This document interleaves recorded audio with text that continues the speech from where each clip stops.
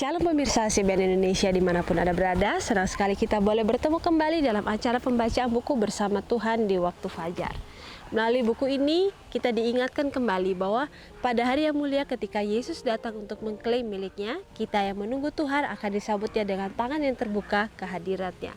Dan pada saat ini bacaan kita berada di halaman 353 yang berjudul Pencipta Kita Akan Menebus Kita. Dan saya undang pemirsa di rumah untuk kita boleh sama-sama membuka Alkitab kita di dalam Yesaya 43 ayat 1.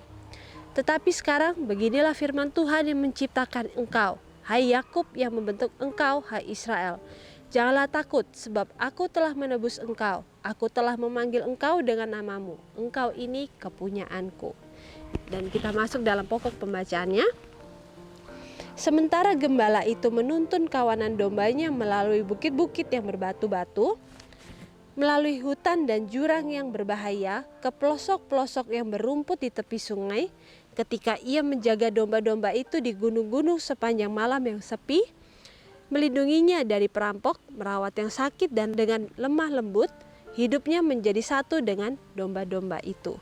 Satu ikatan yang kuat dan lembut menyatukan dengan domba-domba yang digembalakan. Meskipun kawanan domba itu besar, gembala itu mengenal setiap domba. Masing-masing mempunyai nama dan menyambut bila gembala itu memanggil namanya. Sebagaimana seorang gembala duniawi mengenal domba-dombanya, demikian juga gembala ilahi mengenal kawanan dombanya yang tersebar di seluruh dunia.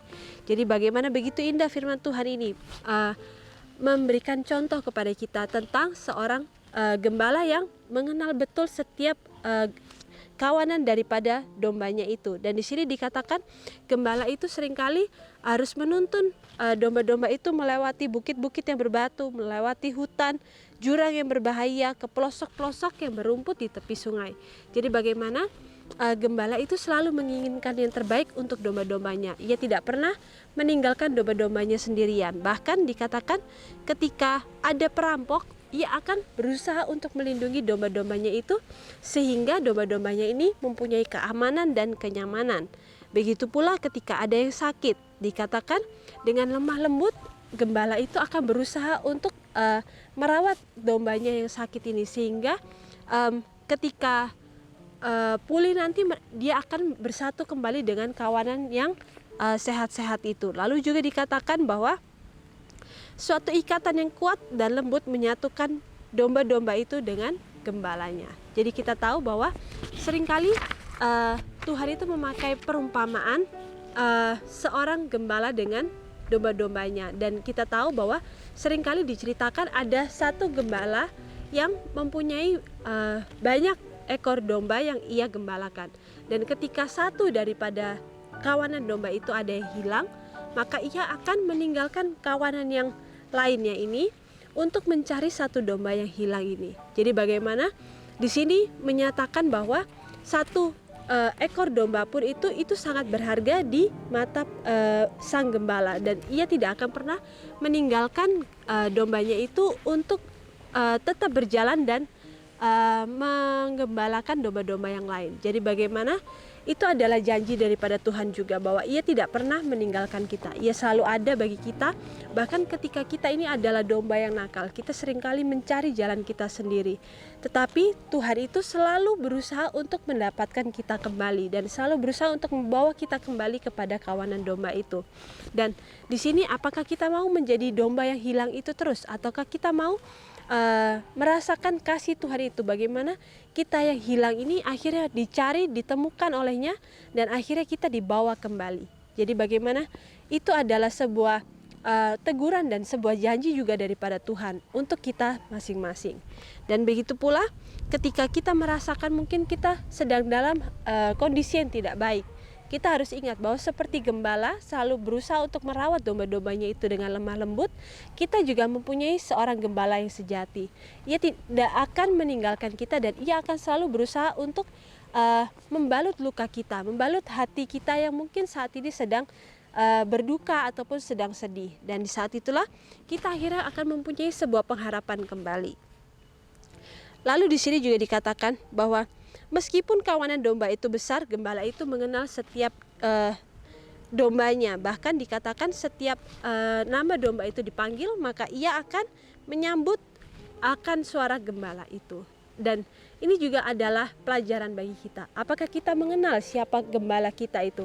Apakah ketika nama kita dipanggil, kita mau untuk datang mendengarnya, lalu kita datang kepada gembala itu?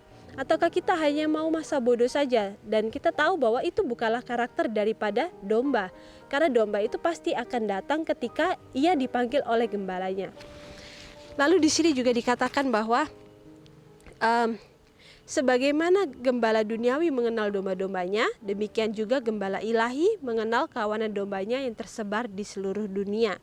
Yesus berkata, "Aku telah memanggil engkau dengan namamu, engkau ini kepunyaanku." Jadi kita tahu bahwa Tuhan telah memanggil kita masing-masing sesuai dengan nama kita pribadi. Dan di sini juga dikatakan bahwa engkau ini kepunyaanku. Jadi kita tahu bahwa kita ini sudah ditebus oleh darah Yesus yang begitu mahal. Ia sudah memberikan pengorbanan untuk mengorbankan dirinya sendiri, mati di kayu salib dengan kondisi yang sangat hina, supaya kita ini mempunyai sebuah pengharapan. Dan di saat ia sudah mencurahkan darahnya, maka kita ini sebetulnya sudah dibeli 2 kali olehnya. Yang pertama, kita diciptakan, kita dibuat oleh tangannya sendiri. Bagaimana kita dibentuk dalam kandungan ibu kita, dan itu adalah bukti kepemilikan yang pertama. Dan kepemilikan yang kedua adalah ketika ia sudah memberikan nyawanya untuk menjadi penebus bagi kita. Dan itulah yang menjadikan kita itu adalah miliknya seutuhnya. Lalu di sini dikatakan, "Lihat, aku telah melukiskan engkau di telapak tanganku." Bahkan dikatakan nama kita pun sudah dilukiskan di telapak tangannya. Jadi bagaimana kita itu begitu berharga di mata Tuhan. Ia tidak pernah berusaha untuk meninggalkan kita ataupun melupakan kita. Bahkan di sini dikatakan nama kita pun sudah terlukis di dalam telapak tangannya. Yesus mengenal kita secara pribadi dan terharu dengan kelemahan kita. Ia mengenal kita semua dengan nama kita. Ia mengetahui rumah yang kita huni, setiap nama, setiap penghuni. Kadang-kadang ia memberikan petunjuk kepada hamba-hambanya untuk pergi ke suatu jalan di suatu kota, ke suatu rumah untuk mencari salah satu dombanya. Jadi bagaimana di sini dikatakan bahwa Yesus mengenal kita secara pribadi dan mengenal segala kelemahan kita. Lalu di sini dikatakan, apakah kelemahan kita ini membuat Yesus akhirnya tidak menyukai kita karena kita ini adalah manusia lemah? Firman Tuhan dengan jelas mengatakan bahwa ia terharu dengan kelemahan kita. Karena dengan kelemahan kita ini kita mau untuk berusaha lebih baik. Kita mau untuk memberikan diri kita hanya kepada Tuhan dan bergantung sepenuhnya hanya kepada Tuhan. Tetapi kebergantungan itu tidak bisa kita dapatkan. Itu pasti kita dapatkan ketika kita mau untuk memberikan diri kita ini, mengakui kelemahan kita ini, dan kita mau datang hanya kepada kakinya meminta bantuan daripadanya. Maka sejak itulah kita akhirnya akan mendapatkan kasih karunia daripada Tuhan itu. Sebetulnya kasih karunia daripada Tuhan itu sudah ia berikan, tetapi seringkali kita tidak menyadari karena kita merasa diri kita ini mampu. Tetapi karena ketika kita merasa kita ini tidak mampu, kita mau datang kepadanya, maka itulah yang akan membukakan mata kita bahwa kasih daripada Tuhan itu sebenarnya sudah begitu melimpah. Tetapi ketika ketidakmampuan kita itu kita rasakan dalam kehidupan kita, maka ia akan memberikan kekuatan yang lebih untuk memampukan kita melewati segala ujian-ujian itu. Lalu di sini dikatakan bahwa seringkali Tuhan itu memberikan petunjuk kepada hamba-hambanya. Seringkali kita diutus kepada suatu kawan atau suatu teman ataupun suatu rumah, dan di saat kita datang kepadanya adalah maksud daripada Tuhan untuk mengenalkan atau mencari salah satu dombanya yang hilang itu. Jadi bagaimana Tuhan itu tidak pernah mau melepaskan dombanya itu. Ketika dombanya itu mau datang kepadanya meminta bantuan daripadanya, maka Tuhan akan mengirimkan berbagai cara untuk menjangkau domba tersebut. Dan begitu pula lah dengan kita. Kita juga seringkali dipakai Tuhan untuk menjangkau domba yang hilang itu. Tetapi kita harus pastikan dulu bahwa kita adalah umat Tuhan yang setia. Ketika ia memanggil kita, kita mau untuk langsung berjalan dan mau memberikan diri kita untuk menurut. Seringkali penurutan inilah yang susah kita dapatkan, karena penurutan itu harus kita mulai sejak hal-hal yang terkecil dalam kehidupan kita. kita tidak bisa menurut dalam hal yang besar kalau kita tidak mau belajar menurut dari hal-hal yang terkecil itu. Dan seringkali Tuhan mengizinkan sesuatu terjadi dalam kehidupan kita dimulai dengan hal-hal yang terkecil.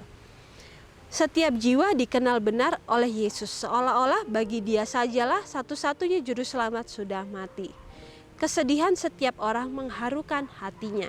Seruan untuk minta pertolongan sampai ke telinganya. Ia datang untuk menarik semua manusia kepadanya. Jadi bagaimana di sini dikatakan bahwa setiap jiwa itu adalah sangat berharga di mata Tuhan. Seperti yang tadi sudah firman Tuhan katakan bahwa satu jiwa pun itu sangat berharga. Bahkan dikatakan seolah-olah bagi Dia sajalah satu-satunya juru selamat sudah mati. Jadi kalaupun hanya satu orang yang bertobat di dunia ini, tetap juru selamat akan memberikan dirinya untuk mati di kayu salib. Apalagi kalau banyak manusia yang mau menerima kabar baik itu, menerima sukacita itu, maka itu adalah suatu kesukaan bagi surga dan suatu kesukaan bagi Bapa kita bahwa kematiannya itu tidak sia-sia. Dan di saat itulah kita akhirnya mempunyai sebuah pengharapan yang pasti kita akan dapatkan kalau kita mau mengikuti Dia dan menurut dengan iman sepenuhnya hanya kepadanya. Dan iman itulah yang harus kita praktekkan dalam kehidupan kita. Kita tidak bisa hanya mengatakan bahwa kita ini adalah manusia-manusia yang beriman tanpa kita praktekkan dalam kehidupan kita. Seringkali kita sudah mengakui bahwa kita ini adalah umat Tuhan. Kita umat Tuhan yang setia, tetapi melalui praktek-praktek kehidupan kita, melalui karakter ataupun perilaku kita tidak mencerminkan karakter Kristus itu dalam kehidupan kita. Mungkin kita akhirnya menjadi orang yang pelit, kita menjadi orang yang memikirkan diri sendiri, ataupun kita tidak mementingkan kepentingan orang lain di atas kepentingan kita. Dan di saat itulah, itu bukanlah karakter yang Tuhan inginkan untuk ada dalam kehidupan kita. Tetapi ketika kita mau setiap hari, kita mau untuk berusaha mengubah karakter-karakter yang tidak sesuai itu dalam kehidupan kita mau memohon bantuannya, maka Tuhan akan membantu kita dengan memberikan kepada kita Roh Kudus, bahkan malaikat-malaikat pun akan menolong kita untuk memilih pilihan yang benar dalam kehidupan kita. Dan tentu saja pilihan yang benar itu bukanlah suatu hal yang mudah, karena itu pasti akan mengikis setiap kedagingan kita.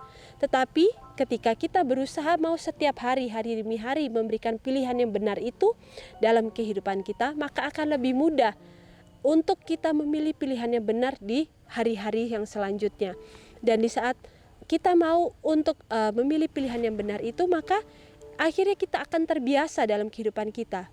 Meskipun lingkungan kita tidak mendukung kita untuk melakukan pilihan yang benar itu, tetapi Tuhan akan memberikan kepada kita kekuatan untuk kita tetap berdiri teguh meskipun situasi tidak mendukung. Sama seperti Henokh, sama seperti dengan Daniel dan kawan-kawannya itu. Di tengah lingkungan yang tidak mendukung mereka, tetapi mereka tetap bisa berdiri teguh karena mereka mau untuk memberikan dirinya setiap hari kepada Tuhan. Dan begitulah dengan kita bisa mempunyai sebuah pengharapan yang sama dengan para pendahulu kita di zaman Alkitab ditulis. Lalu di sini juga dikatakan bahwa banyak orang enggan datang kepadanya. Yesus mengenal siapa mereka itu. Ia pun mengenal siapa yang mendengar panggilannya dengan sukacita dan bersedia datang di bawah penjagaannya. Ia menaruh perhatian kepada masing-masing seolah-olah tidak ada yang lain di permukaan bumi ini. Tertulis dalam buku Alfa dan Omega jilid 6 halaman 96 dan 97. Jadi bagaimana di sini juga dikatakan bahwa banyak orang yang enggan datang atau enggan menyambut panggilan daripada Tuhan. Karena panggilan daripada Tuhan itu tentu saja tidak sesuai dengan apa keinginan-keinginan duniawi daripada manusia yang masih menyukai kehidupan duniawi. Tetapi ketika kita mau untuk memberikan diri kita, Ia tahu siapa setiap orang yang mau untuk menyambut panggilannya. Dan di sini juga dikatakan Ia menaruh perhatiannya masing-masing seolah-olah tidak ada yang lain di dunia ini. Jadi bagaimana perhatian Tuhan itu begitu jelas, begitu detail terhadap hati kita masing-masing. Apakah kita mau untuk menyambut panggilan yang Tuhan sudah berikan dalam kehidupan kita, ataukah kita mau mengabaikan panggilan Tuhan itu? Dan ketika kita mau mengabaikan panggilan Tuhan itu, maka lama-kelamaan kita akan terbiasa untuk tidak menyambut panggilan Tuhan itu. Dan akhirnya kitalah yang tidak mau untuk dipakai Tuhan dalam kehidupan kita. Bukan Tuhan yang tidak mau memanggil kita, tetapi kita yang tidak mau untuk dipanggil oleh Tuhan. Dan demikianlah firman Tuhan yang telah kita dengarkan ini. Biarlah firman Tuhan yang sudah kita dengarkan bersama ini tidak lalu begitu saja, tapi boleh kita ingat dan boleh kita praktekkan dalam kehidupan kita. Sehingga setiap panggilan yang Tuhan berikan, pasti kita akan berusaha untuk menyambutnya. Kita akan memberikan hati kita untuk Tuhan, dan Tuhan akan memberikan kepada kita hati yang baru, sehingga kita akhirnya semakin setia dan semakin bertumbuh dalam kehidupan rohani kita. Dan demikianlah pembacaan kita. Sampai bertemu kembali dalam acara pembacaan-pembacaan yang selanjutnya. Shalom, Tuhan memberkati.